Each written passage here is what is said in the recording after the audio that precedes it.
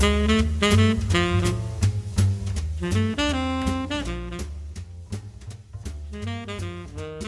Karen. Welcome. Or miss Can we start Hey, that over yes, again? I like that. I think that's a great opener. Well, It's funny though, whenever you are in the mindset of always doing that, I remember being on a group call that I was not hosting like last year. And I hop on, I'm like, well, welcome everyone. And I'm like, oh my God, sorry. You just get in that habit. It's so yes. funny. Yeah. Well, so tell me, my big question as we launch in is like, how has your perspective on life shifted really since you've entered this midlife phase? As we go back, my goodness, it was 2010, Yeah, twenty well, longer for ten. me. You were the first podcast I ever started listening to, and that would have been, like, in 2007, maybe? So, Wow, yes, yeah. can you believe how long ago that is now? How has my perspective changed in midlife? Yeah. I think it's changed in so many ways. I think the conversations that I have with people, even just the conversation we were having before we got on this, they've evolved around the things that are more prevalent for us in midlife.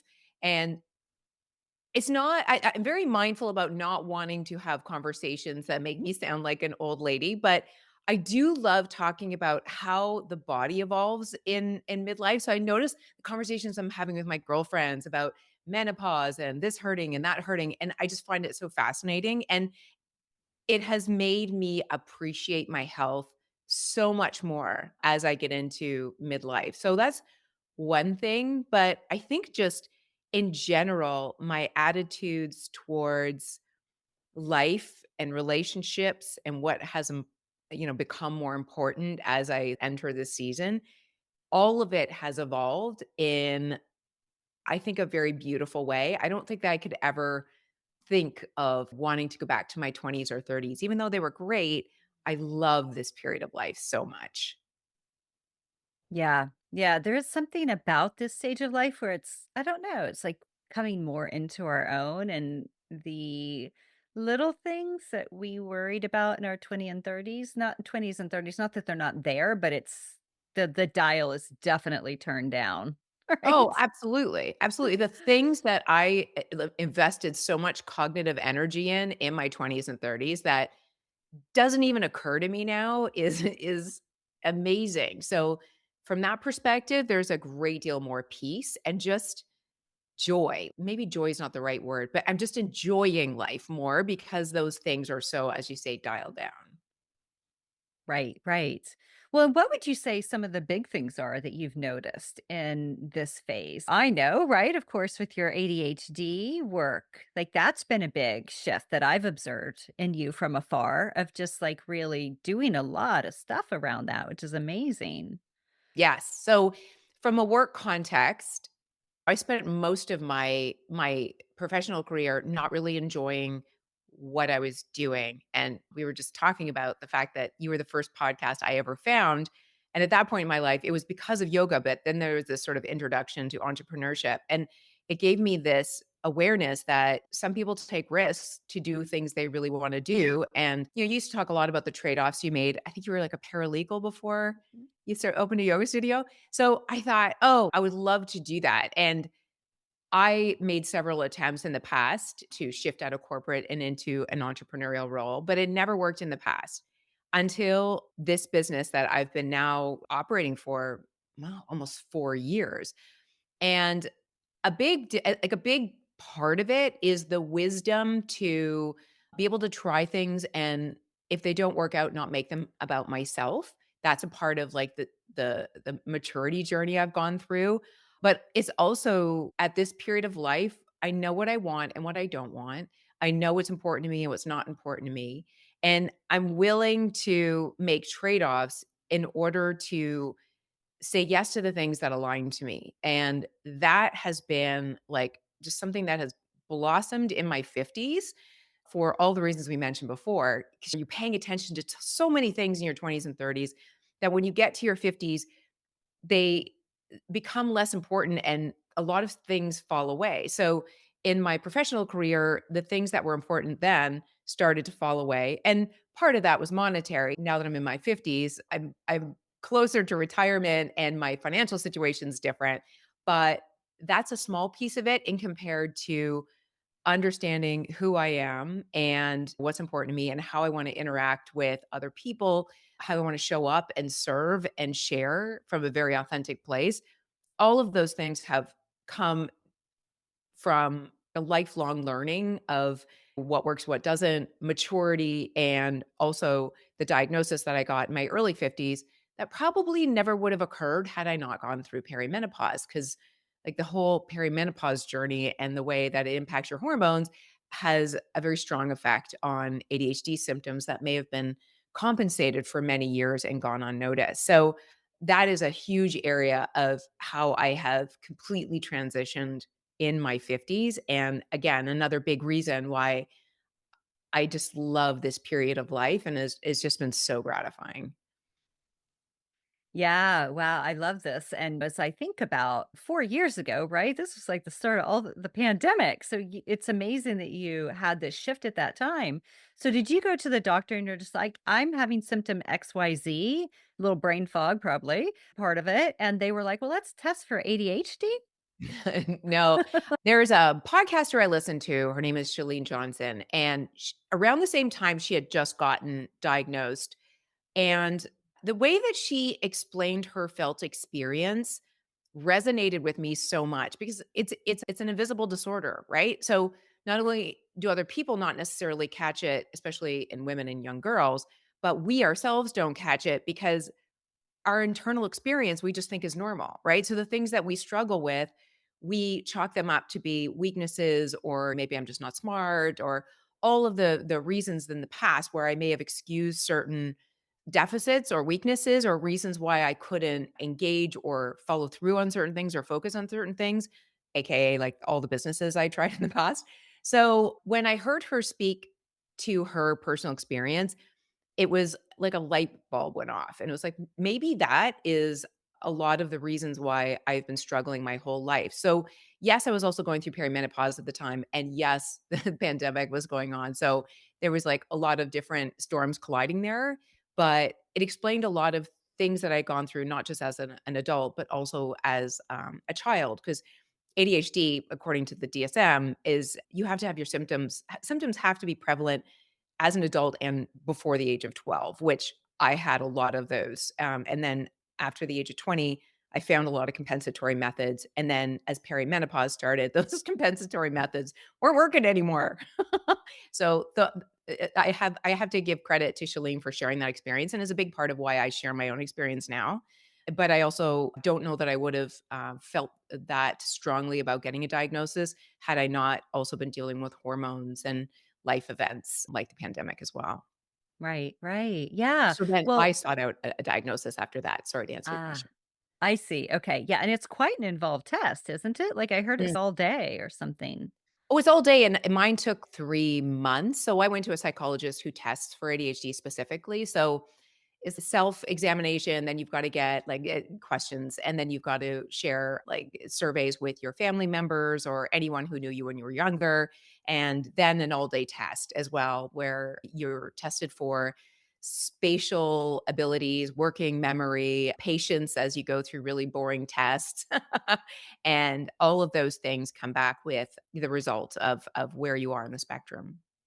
Yeah. Well, and just because our listeners may be curious, do I have it? Because I've noticed, at least I've observed a lot of people in adulthood getting diagnosed recently and then being like, "Oh my gosh, this explains everything." Mhm. And what were some things that you were noticing and you're like, "Yes, I did have that before the age of 12?" Right. So I think a lot of the people that we're seeing getting diagnosed, especially late in life, there's 2 reasons for that. Number 1, because we're talking about it a lot more, there's more of a conversation, which is great. And then the other piece is a lot of women our age or even a bit younger who have kids that are examining or showing symptoms, they're being recognized more at the education level. Like teachers are saying, hey, go talk to your pediatrician because they might have ADHD. And then the mom brings the kid in to get diagnosed and they realize that, oh, these are all the symptoms I had when I was a kid. So that's what sort of brings this whole adult later in life diagnosis to the forefront. And I love the fact that it is being diagnosed so much. And of course, now I forgot your question because that is No worries. You're like, "Because midlife." Yeah, no, and so what are some of the symptoms? Like, Oh, if you what are were to some of the kinda symptoms? name yeah. Yes, yes, working memory is one of them. You can start a sentence and then have no idea where you're going, but then, of course, that's also something that we experience in menopause as well, right? So Yes, trying to get yes. around all of this is interesting. But some of the main symptoms are struggles with getting started on tasks, like task initiation, struggles following through, dilit perfectionism to the point where it can be paralyzing, rejection sensitivity dysphoria, which is not part of the DSM diagnosis, but is very prevalent with the ADHD community, where we feel a sense of rejection at a much more intense level, whether it's real or perceived. And very often we will perceive rejection where it's not actually the case. Justice sensitivity. So there's a lot of, I don't want to attach labels to it, but there's a tendency to be a lot more empathetic and or sensitive, and then a lot of working memory issues. For example, doing math in your head, remembering a phone number, putting your keys down, and then going somewhere and forgetting your keys, which again, a lot of the memory issues can also be conflated with experiences we have at midlife.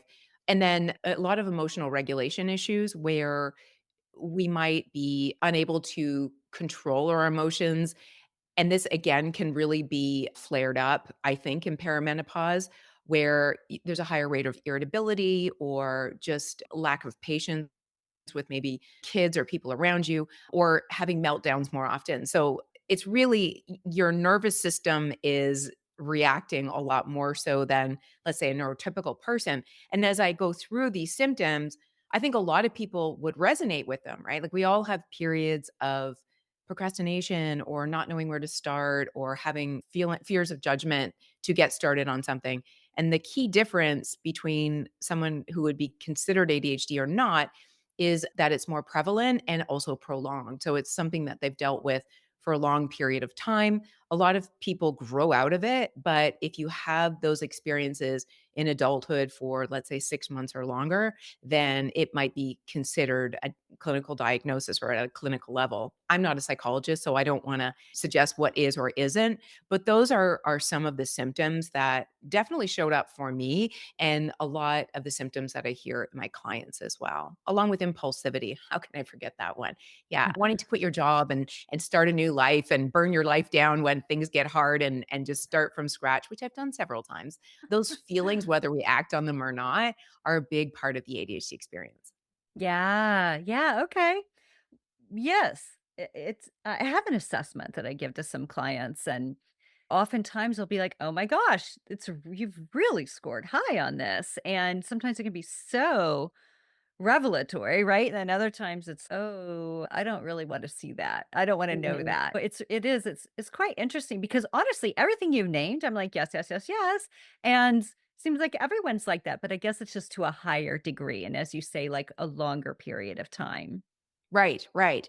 That is true. And to your point about the reactions of taking these tests, I think that if anyone was feeling like I might have those symptoms, I mean, obviously you're a licensed social worker, so you would be an appropriate person to come to. But if they were not working with you, the online tests, I think, are great to just give you a sense of whether or not it's showing up for you, right? It's obviously not diagnostic unless you're working with a professional.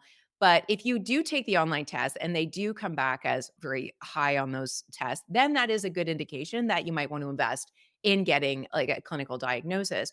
And then I think a lot of people at that point are afraid to get the diagnosis, right? Because they don't want to face that reality, which I hear a lot in my clients as well. And I there's almost like a grieving process that happens after a diagnosis, like Elizabeth Kubler-Ross, is it? The 5 stages of death and dying. It's like that, only different because 'cause you're not dying, but there's this period of grieving at the beginning where you grieve what could have been had you known earlier in your life, because getting a late diagnosed ADHD or getting diagnosed late in life as ADHD is like getting the guidebook to life 30 years too late, right? So Yes. like, why didn't I know all of this? And why didn't my parents pick up on this? And how things could have been different and all the mistakes that could have not happened. So you have to have that grieving process. And very often, by the time clients come to me, they've had their diagnosis, they're in that grieving process and they're stuck in it. And while I think it's important to pass through it and process those emotions. If you get stuck in it, then you get into this place where like, I have ADHD, so I can't do this or I can't do that. And it becomes a label that's very cumbersome. So there's a process where, in this grieving process where you have to accept that this is reality now. And I'm going to do what I can to understand my own neurodivergent brain because everybody's ADHD shows up a little bit differently. It's a cluster of deficits. So, what some people might show and demonstrate as, other people might not. So, understanding your specific brain and not just where your impairments are, but also where the strengths are. Because I don't wanna ever say that ADHD is a superpower or a gift because most people say, "Well, if it's a gift, can you please take it back?" But what I will say is that there are some strengths and some things that we have a tendency to do better. We're quite fast when we are interested in something.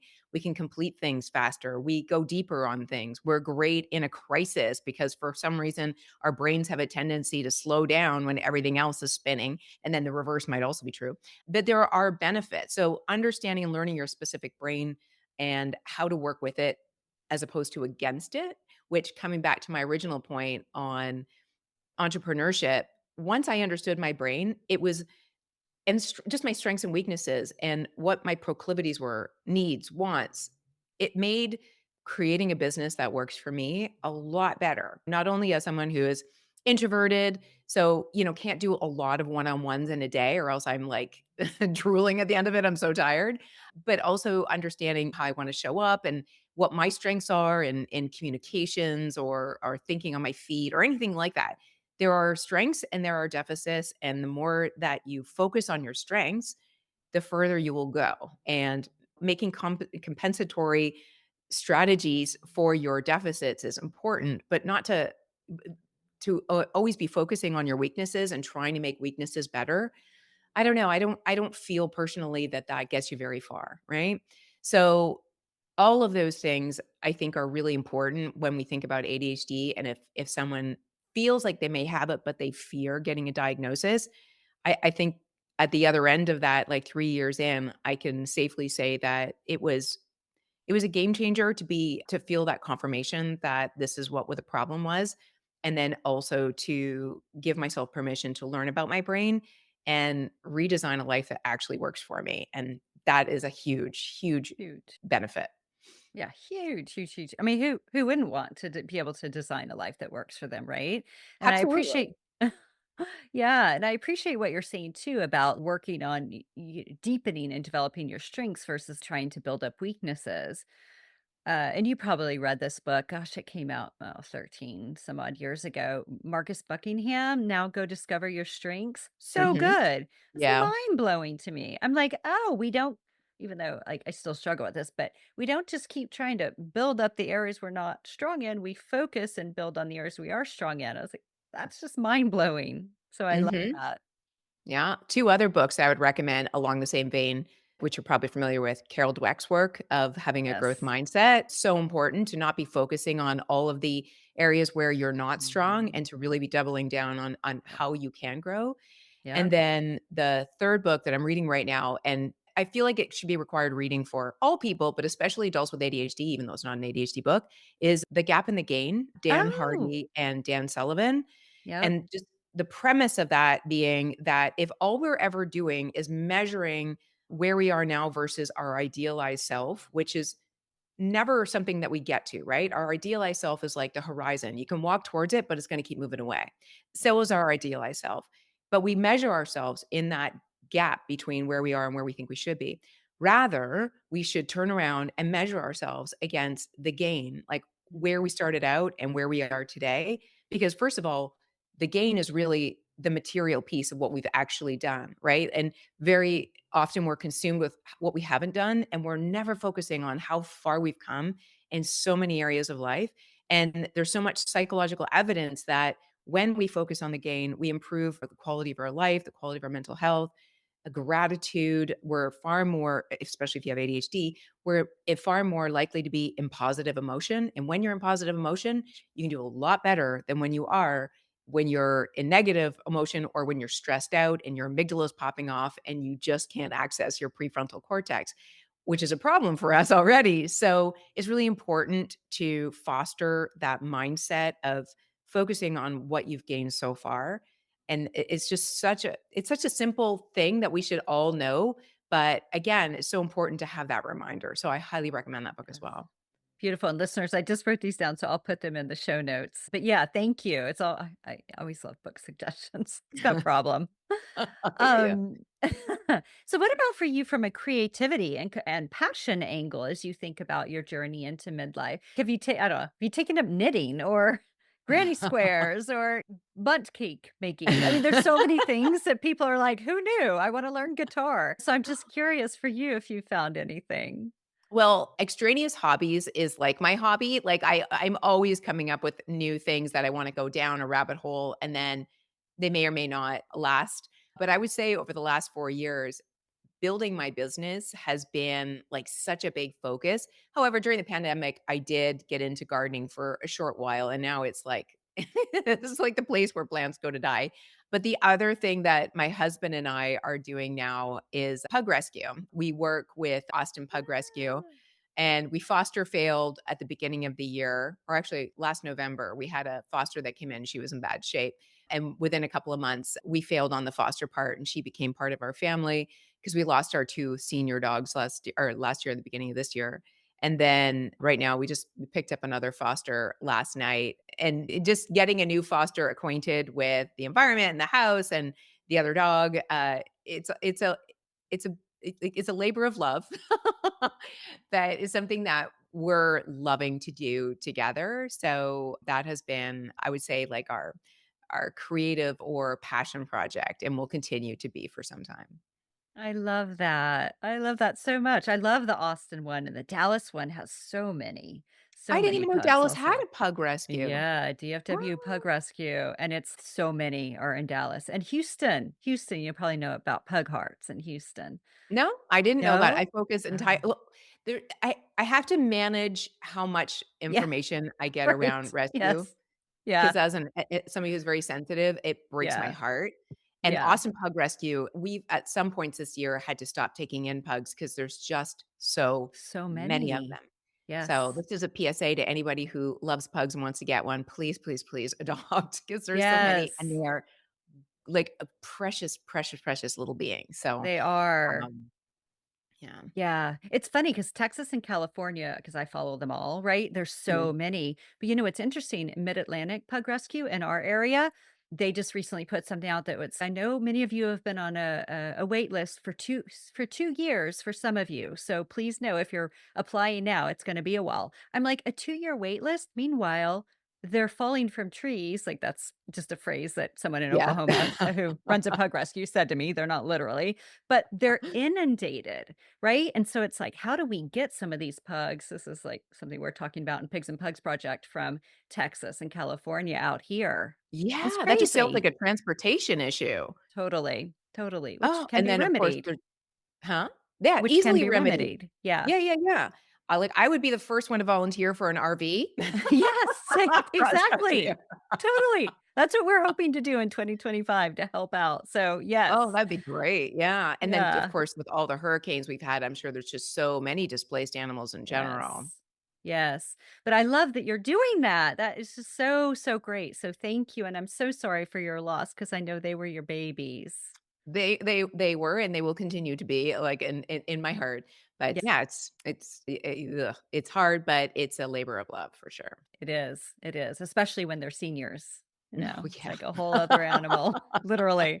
But yeah, that's what I want to adopt. They're so fabulous, but they're so effed up. Which is God bless their little snout-nosed souls. But yeah. So I love that you're doing that. And that's a really beautiful thing, right? To be as we think even about creating a legacy and like how do I want to give my life meaning, right? So serving Absolutely. other beings, clearly part of it. Yeah, yeah, and I love it from that perspective because like, I will be woken up, like, several times throughout the night with snoring and stuff like that, and I'll be on the phone with my friend saying, "Oh, I didn't sleep last night, such and such kept me up," and they don't understand, like, "Why do you keep doing this?" But for me, it's I couldn't imagine not doing it, right? Like, it just Yeah. gives me Yeah. it doesn't matter how many nights sleep, and of course, I'm not selling pugs very well, but it doesn't matter if I have a bad night's sleep. The meaning and the joy I get from it, especially when they end up with a happy tail story and they get adopted, and you're part of that journey, like, it is such a gratifying experience.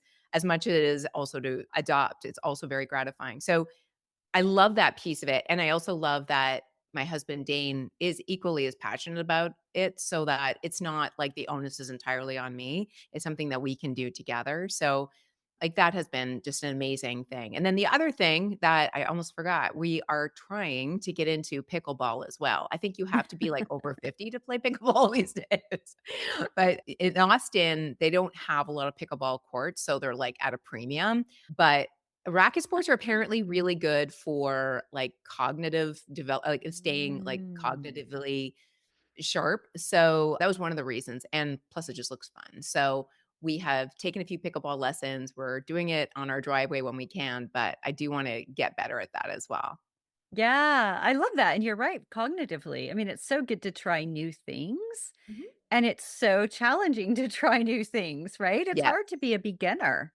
Mhm. It is. I don't mind looking like a fool. It's actually one of the benefits of me, but it is hard. It is hard, and just moving your body in a different way, it is challenging, but it's fun and it's a great way to meet people. And I think that that is one of the challenges in midlife, especially if you work from home.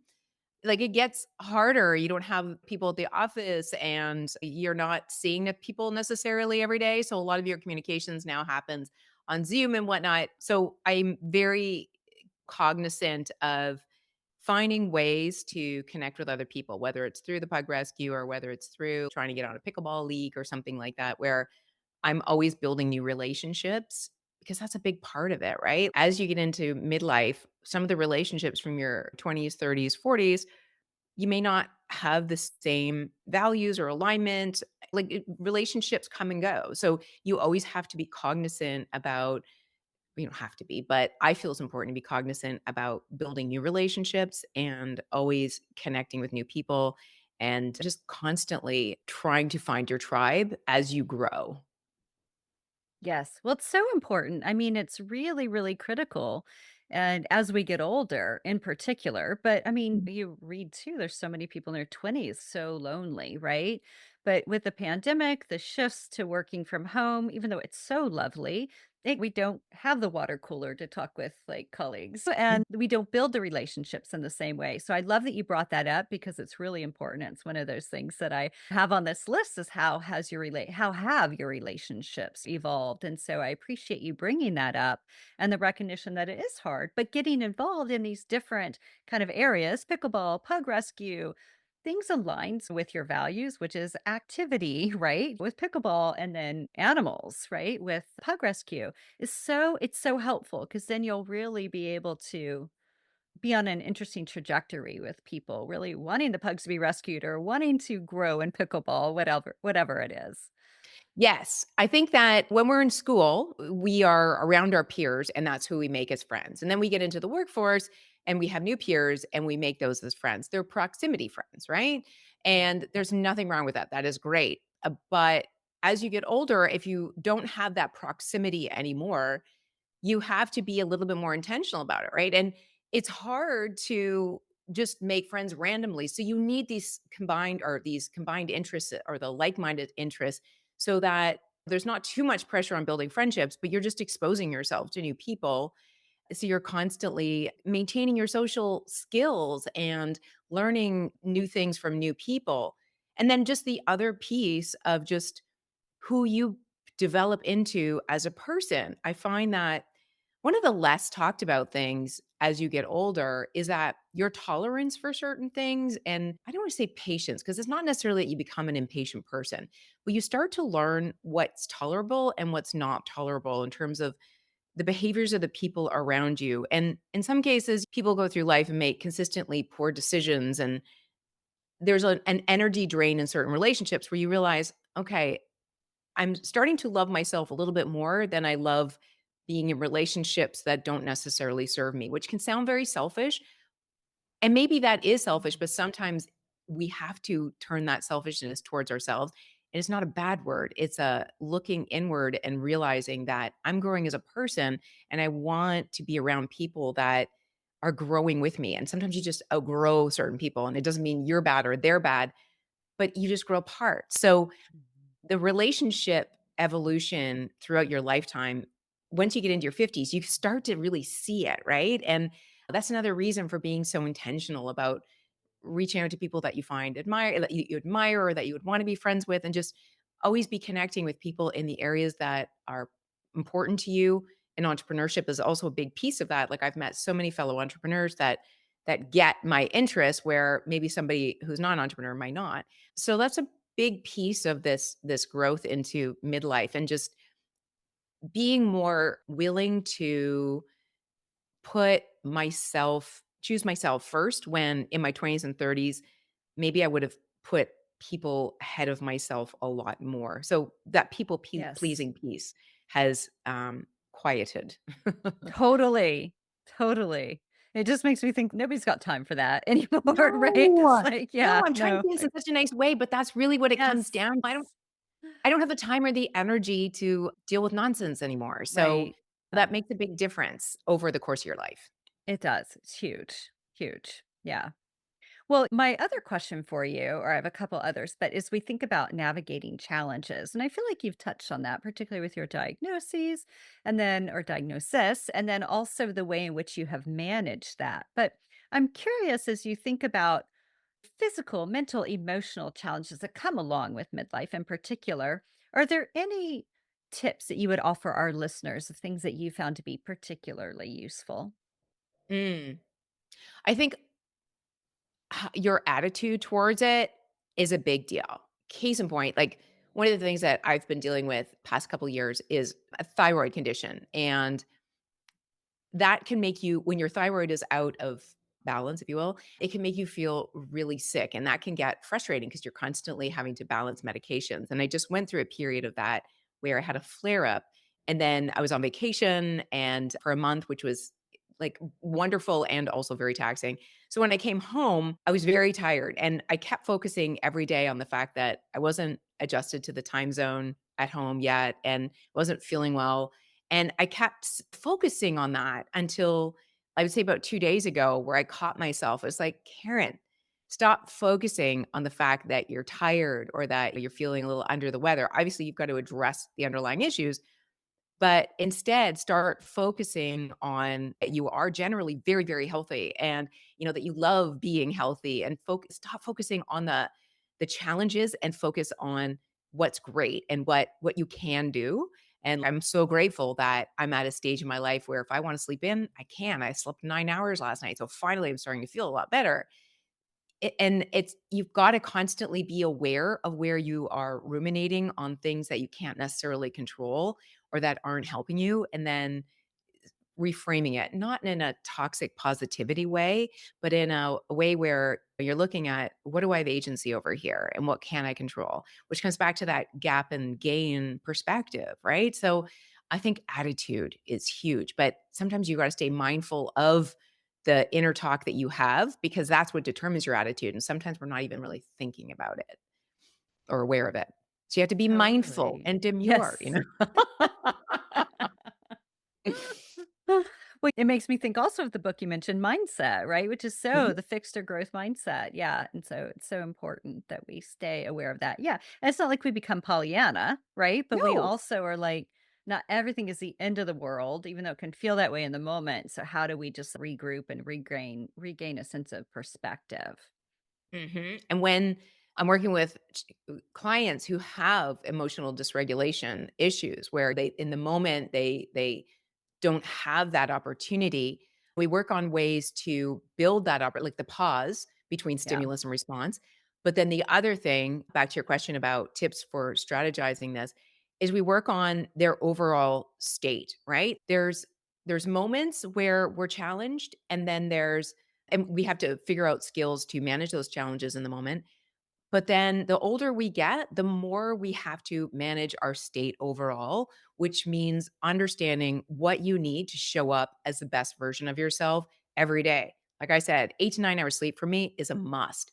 And meditation and movement and getting outside. And they're really simple, basic things. Yes, they do take time, but this is an investment in being your best self. And if you're not managing yourself and taking care of yourself, it makes it so much harder to deal with those challenges when they do come up. Yes. No, absolutely. It's so important. Thank you for mentioning that. Yeah, the whole overall regulation of self. It's not Yeah. easy, and yet No. it's so important. Yeah. Mhm, and we become more sensitive as we get older, like, physically, so we have to spend more time on it in order to really enjoy this period of life and beyond. Like, I'm always when I'm working out, thinking about who am I going to be at 70 or 80 because I don't have kids, so I gotta take care of myself. So I'm training that person now, physically, mentally, and that is so important. Yes, yes. No, critical, right? And it makes me think too, as you consider yourself, say at 70, do you have a vision of this person, who you want to be, where you want to live, what do you want to be doing, how many pugs you want to have? You know who I mean, I don't know that I'm going to be her specifically, but have you ever heard of Train with Joan? She's all No. over Instagram. Usually, Okay. I don't I'll I write it if down. into weightlifting, you will admire her, but even if you're not into lifting, she started lifting weights at 70. I think she's 78 now or something. This woman looks amazing, and whether you lift weights or not, like that if you look at her physical transformation, and I'm sure her emotional transformation and mental transformation as well, she was like a completely different person. And the most important piece is that she didn't start until 70. So I mean, I'm very much a growth oriented person to begin with, but when I need to help somebody else get to that place of it's not too late to ever grow and do new things, I point to her as a good indication of that. But who do I want to be in my 70s? I want to be somebody who's very fit and very self-aware. I feel like that I don't have time for this meter is probably going to be a lot higher even then. Hmm. And I'm just gonna be unapologetically myself. I feel like I'm always growing in that direction of being more and more unapologetically myself. And yeah, I will definitely have a grumble of pugs. And hopefully we will have moved back to California at that point. And yeah, I'll just be like living the dream, but I'll still be doing what I'm doing now. Because in my mind, like from a work perspective, I'm pretty much retired. I'm doing this because it's a blast, and yes, I still do make income from it as well. I'm now at the point where I'm almost making as much as I was in my tech career, but I figure I consider myself retired because I don't have to do it. I'm doing it because I love it. So, I don't see that changing in my 70s or 80s. I will always be creating up until the day that I die. Yes, yes.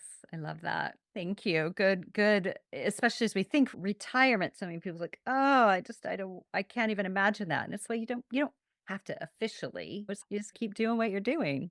Yeah. As long as you love it, you get the As long as you love choice. it. All Totally. about autonomy, right? And agency and having the choice. So that's what I see as Absolutely. retirement. I think retirement is completely different than our parents' version of it. Yes. Absolutely. Well, my last question for you, Karen, which you probably know, having been on the show before, is the name of the podcast is Tranquility du Jour. So I'm wondering, how are you finding, and I feel like we've talked about many ways, but is there anything else you'd like to share on how you're finding tranquility in midlife, and especially with a diagnosis that you got a few years ago?